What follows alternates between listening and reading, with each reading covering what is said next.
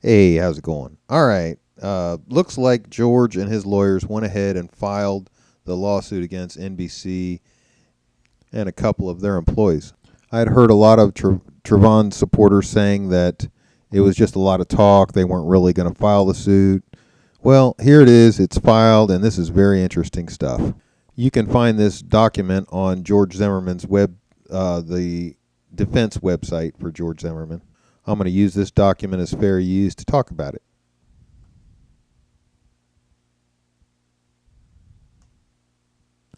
I'm going to scroll through and talk about it, and you can stop it if you want. Number one is NBC saw the death of Trayvon Martin as a tragedy, but also as an opportunity to increase ratings. And this is the main point, that this lawsuit is pointing to the fact that NBC used this case as a way to make money. Many millions of dollars that they made by pushing this case. So now they can start passing that money over to George. NBC was pushing the myth that George was a racist and a predatory villain.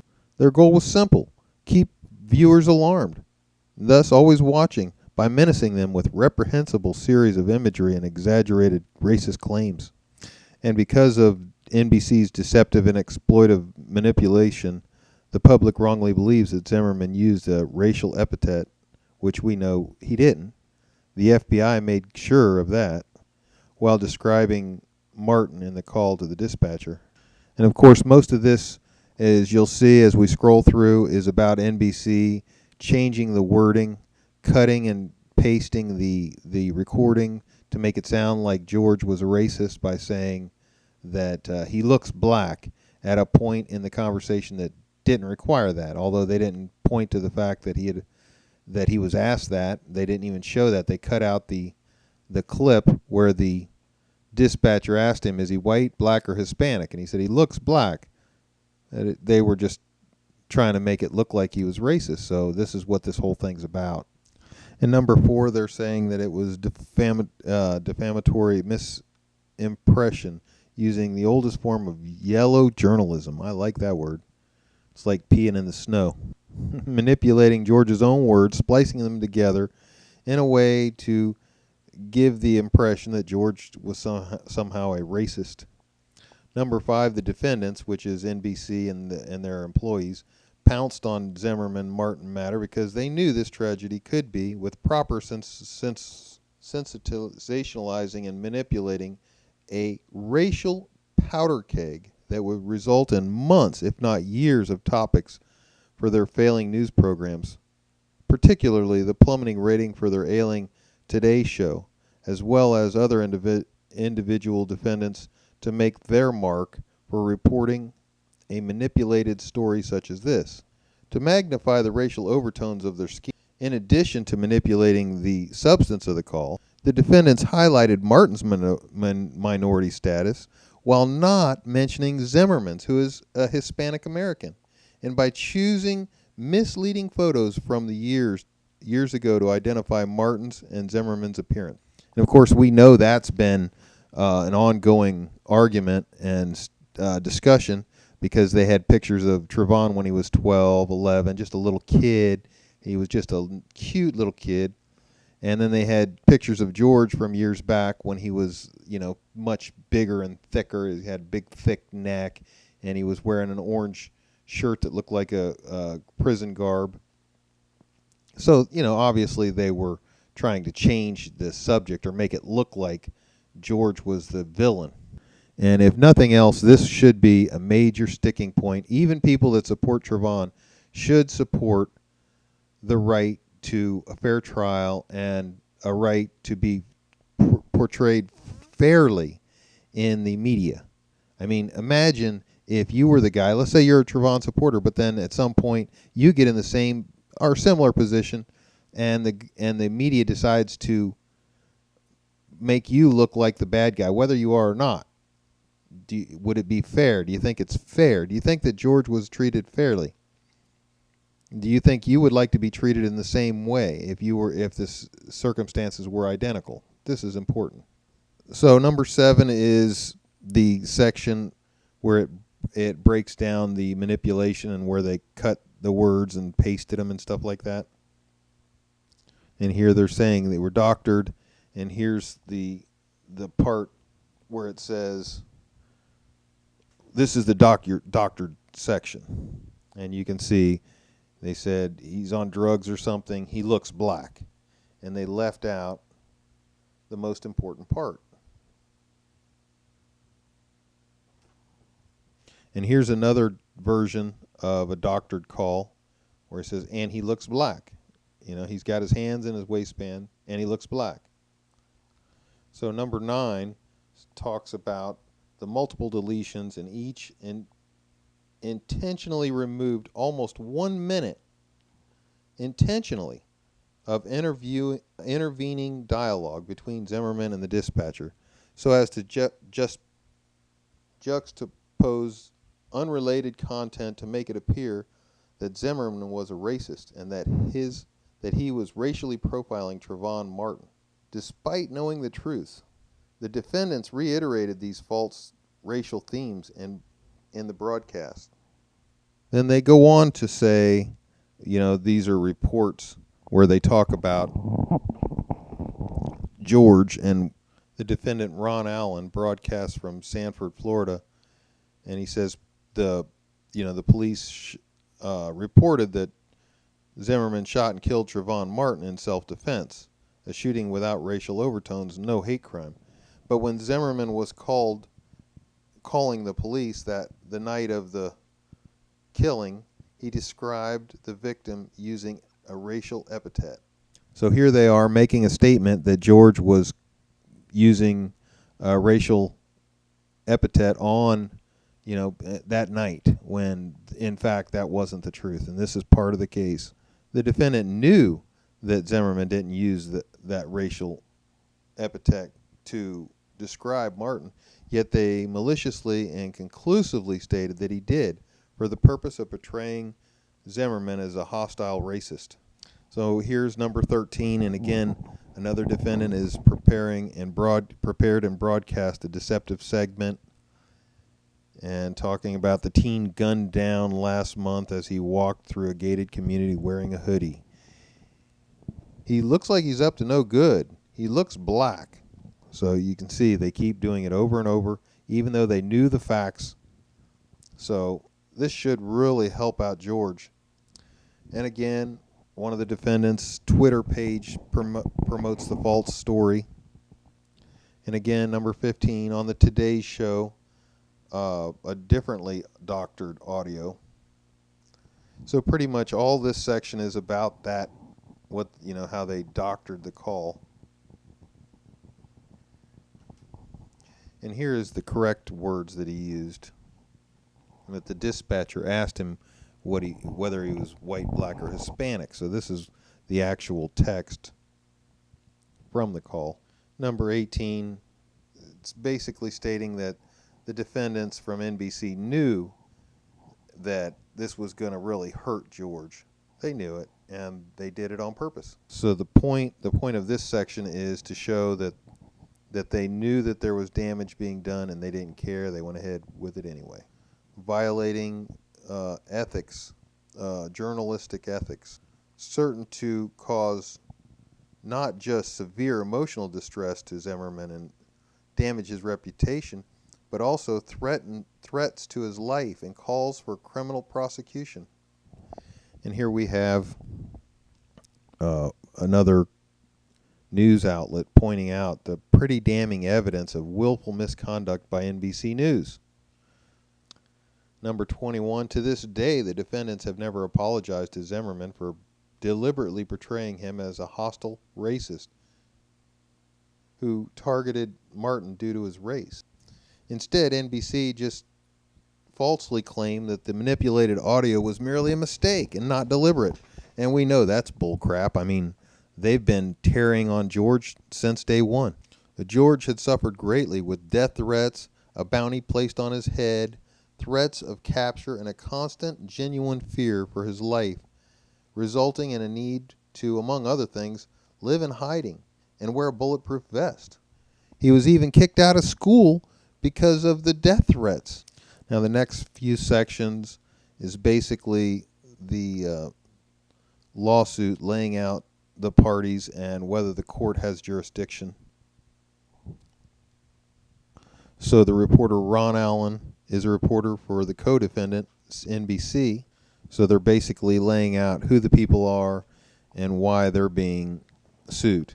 So the next one is Luciano, and she was fired due to this reporting.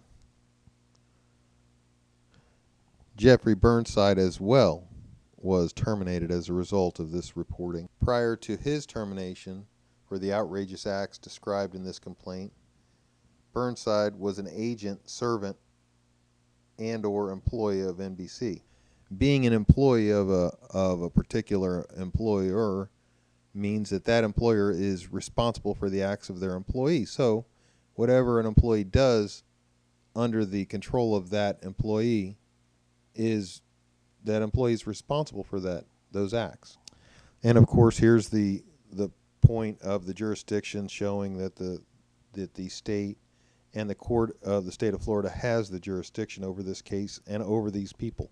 And of course, the complaint lays out that Luciano and Burnside's neglect, recklessness, and outrageous actions emanated directly from Seminole County in Florida. And of course, that gives the court jurisdiction. And then of course, we get into the facts of the case where they lay out exactly what happened on the night of the 26th of February. And as you can see, this is a true accounting of the facts of the case that night. This is basically what the original affidavit should have read when the state charged George. The real facts of the case, talking about the rash of burglaries in the home, including a home invasion with a mother and a 9-month-old child. And as a result of the burglaries, Zimmerman and others in the community created the Neighborhood Watch. On the evening of the 26th, he saw Trayvon walking through the neighborhood, including backyards, in the rain at night. Mr. Zimmerman was not familiar. Mr. Martin was not familiar to Mr. Martin. As it was dark, rainy, and cold, Zimmerman was curious why a young man would be walking about the neighborhood and between the houses. He therefore made a non-emergency call to the dispatcher. So all this stuff we already know. And here is the malicious editing of the audio. I'm just going to scroll through and you can see the actual audio on the right and the edited portions on the left.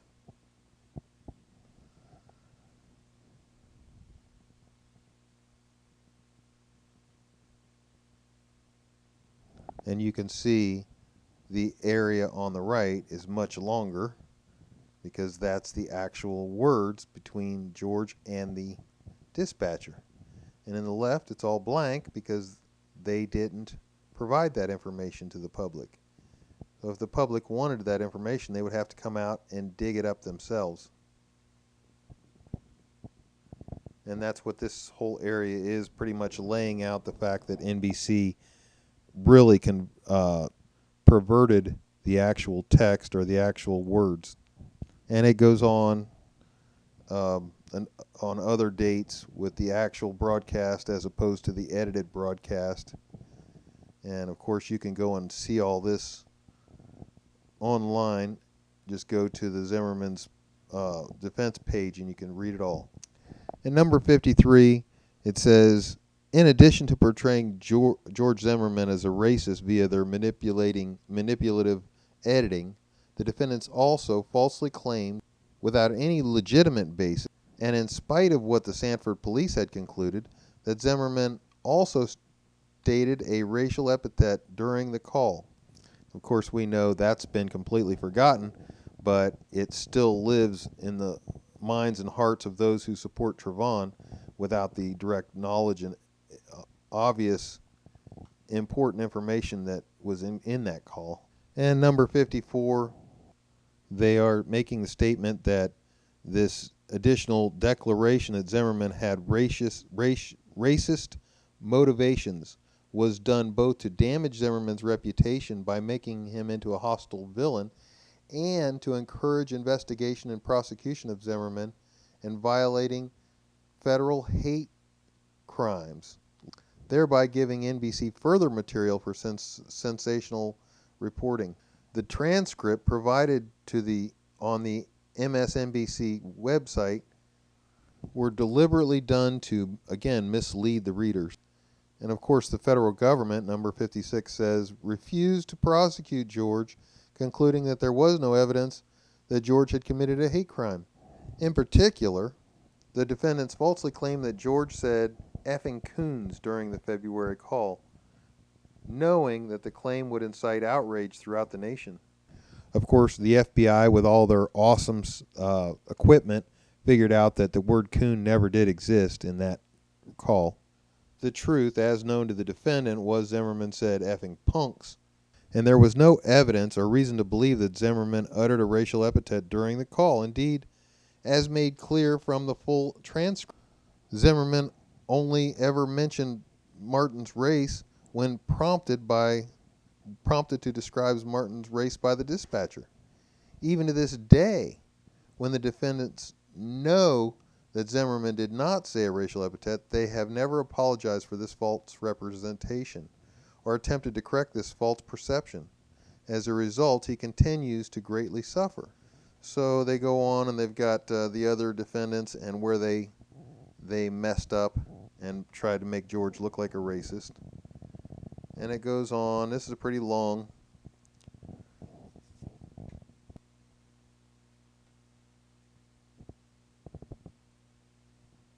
So, of course, they're reiterating the fact that George only pointed out Trayvon's color when he was asked specifically by the dispatcher.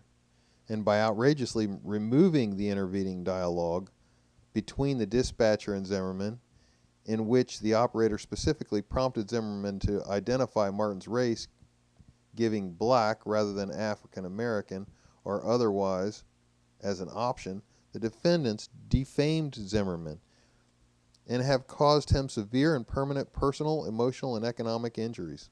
And I absolutely agree, 100%. There is no doubt about it that this is permanent. He'll never be able to recover from this. It's severe, permanent, personal, emotional, and economic injuries that will never be able to be recovered from. So then it goes on again. There's more in March. They do some more of this same stuff. And in this case, they're going to be having to answer for all these different points. So on March 27th, they're rebroadcasting the same false claims. And only after the other news media outlets started identifying these outrageous manipulations did by NBC, did the NBC decide to address them with a sham investigation that attempted to sweep their yellow journalism, intended to exacerbate racial tensions. Now, why would they exacerbate racial tensions? To increase their ratings? Or is there something deeper and darker in there? I would have to say there is something deeper and darker in there. I can't imagine how, you could cause a race war just to get a little extra ratings. And of course, NBC's president said, oh, it was a mistake. It was just a mistake. How do you make a mistake like that? How do you go in there and cut and paste something like that accidentally?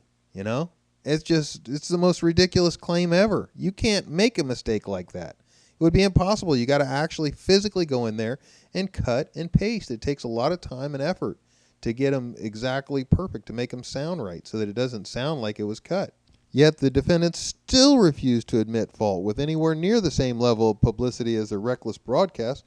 They were all over it in the news talking about how evil George was and what a racist.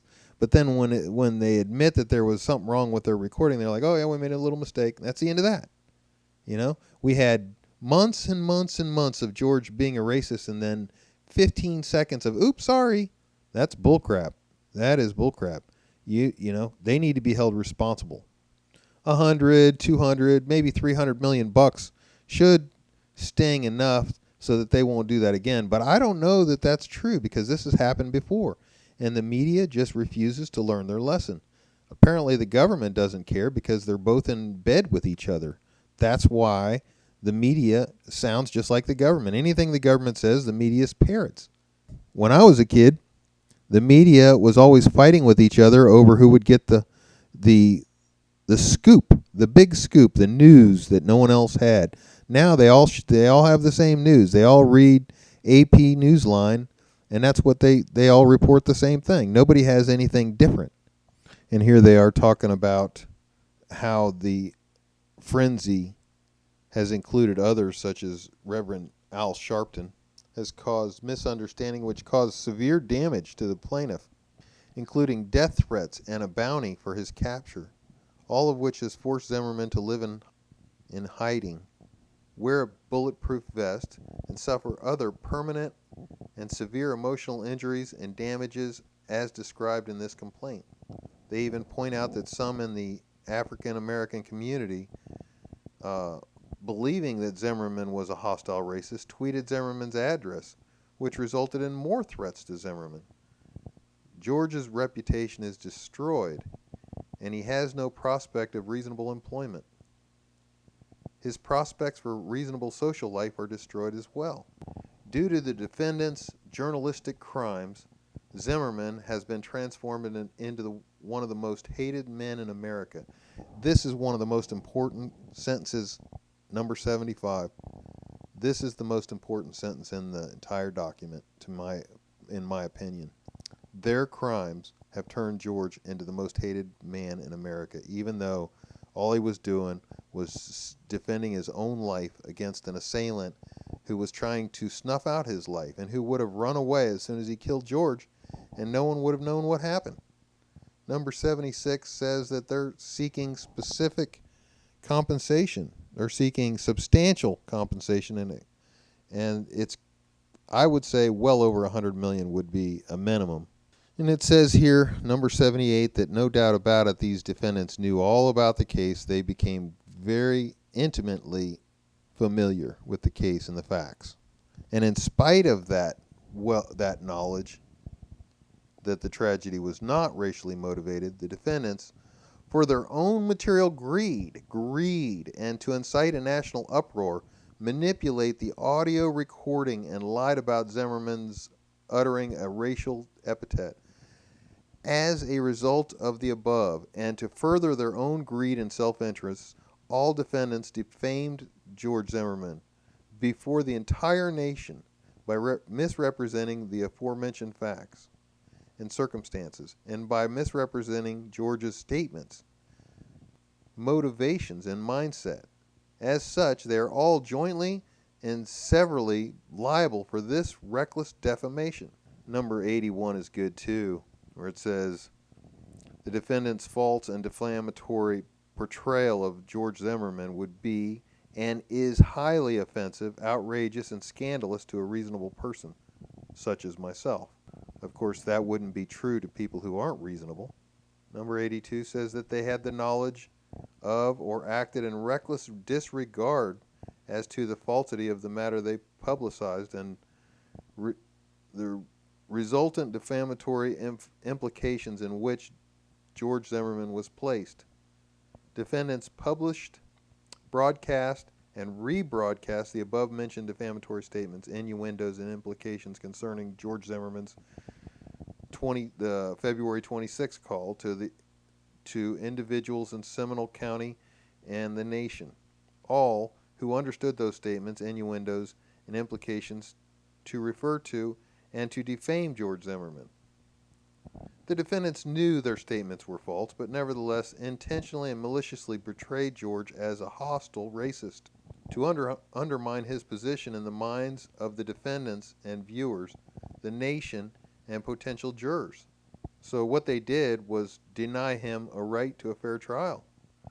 So it goes on and on. You can see here that the case is obviously open and shut. There should be no problem with, getting at least $100 million out of NBC. The evidence is overwhelming, and the damage is just so much that I don't even know how $100 million would even come close to covering the damages. I know I wouldn't sell my life and my reputation for $100 million. Number 88, the defendant's defamatory publications were so outrageous and malicious as to warrant the imposition of substantial punitive damages. And when I say substantial, I mean substantial in the eyes of NBC. $100 million to you and me is probably a lot of money, but to NBC, it's a drop in the bucket. But here's the really important part, and it goes down to here. You can see my little pointer here. It demands judgment against all defendants jointly and severally in an amount of compensation for damages substantially in excess of the jurisdictional limit of the circuit court, and to guarantee a jury trial together with interest, costs, and punitive damages in an amount which will effectively punish the defendant. And this is an important wording, effectively punish the defendant as somebody who's got billions of dollars. I mean, how do you effectively punish somebody for their conduct and deter them and others similarly situated from similar acts in the future? So not only are we doing this so that NBC never does this again to any other person, but also that no other news company should try to do the same thing, or they would be facing the same kind of trial. But real quick, I wanted to talk about what is effective punishment. When you get a speeding ticket in your life, the typical cost is somewhere around $200, maybe $300 for a speeding ticket, and it's to effectively punish you so that you don't do it again. And in the past, I've wondered, people that make millions and millions of dollars, a couple $100 for a speeding ticket isn't much. And for somebody who makes, $400 a week, that's a huge amount of money. And I've often thought an effective punishment would be, like, say, a week's paycheck, no matter how much you make. So if you're a multi-millionaire and you make, $100,000 a week, well, then your speeding ticket should be $100,000. And if, because the idea is to punish. It's not to collect taxes or to collect money to make the roads, a better place. It's to punish the guy. And how do you punish a multimillionaire by charging him $300 for speeding? You don't. So in that same vein, I think that, when you're trying to get punitive damages, those damages should be based on the amount of money that the defendant has, so that when you're trying to figure out what is an effective punishment, it should sting everybody equally. A rich person should be stung just as much. It should be based on a percentage of their net worth or their net income. And now here's count 2, the intentional infliction of emotional distress. And of course, they're going to repeat most of the information that they've already repeated, but this is for his emotional distress, which is a whole nother count. He's got economic damages, but he also has emotional damages. When you make somebody fear for their life, it is quite emotional, and the emotional damages can be very deep. The defendants were well aware of the severe and extreme emotional distress once their scheme to create a national racial outrage was realized. Nevertheless, in abject disdain for Zimmerman's safety, through their utter disregard of journalistic ethics, they proceeded with their plan to Zimmerman's great and permanent detriment. And 93 talks about some of the things that he's suffering, including insomnia, nausea, and extreme anxiety. At all relevant times, the defendant's conduct has been intentional, willful, and reasonably calculated to create extreme emotional distress and fear in the plaintiff, who had absolutely no control over the defendant's reckless editing and knowingly false reporting. As a result of the foregoing, the plaintiff hath suffered the damages set forth herein. And again, he's asking the judge for compensation. And here in capital letters, he is demanding that the defendants take all necessary actions to preserve any evidence, any documentation that would support their case. And then here, of course, asking for a jury trial and the verification with George's signature on the bottom. So if anybody's looking for a signature, there it is. So the whole point of this this document and my video is to point out that NBC is getting sued, and anybody who thinks that they're going to get away with this horrible crime is going to be quite surprised at the outcome. So good talking to you guys. Talk to you later. Bye.